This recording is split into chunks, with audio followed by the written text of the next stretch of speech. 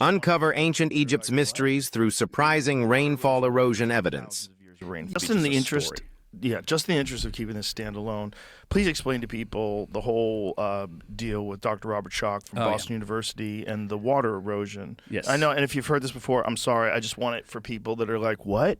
The water erosion that appears to be thousands of years of rainfall. Yeah, it's actually good. It's good background context because it does apply to not only the Sphinx. It's the most famous example, I think, and well-known example of again an adjacent field of science coming in and challenging some of the doctrine that's been around Egyptology. But the nice thing is the walls of the enclosure really haven't been touched, so you can see the natural erosive patterns. And he looked at that and went, "That's rainfall erosion," but not just literally the result of thousands of years. It's the only way you would get these patterns in the stone is thousands of years of rainfall erosion. Obviously, Giza's a really, really dry. I mean, Egypt's a really dry place these days. You have to go back to time periods pre-4000 BC when the Sahara was a savanna.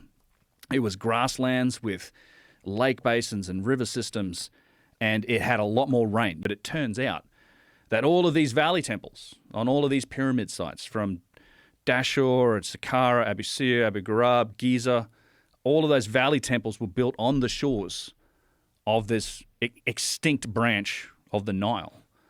So it's like pyramids.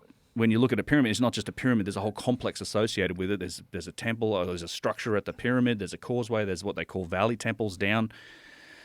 And it's like these were all built on the shorelines of this branch of the Nile that disappeared 4,000, somewhere between 4,000 and 3,500 BC, but it was in place for thousands and thousands of years before that.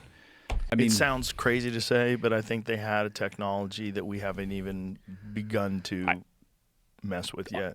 The logistical achievements of the ancient Egypt, of what is represented in ancient Egypt, is like nothing you can see anywhere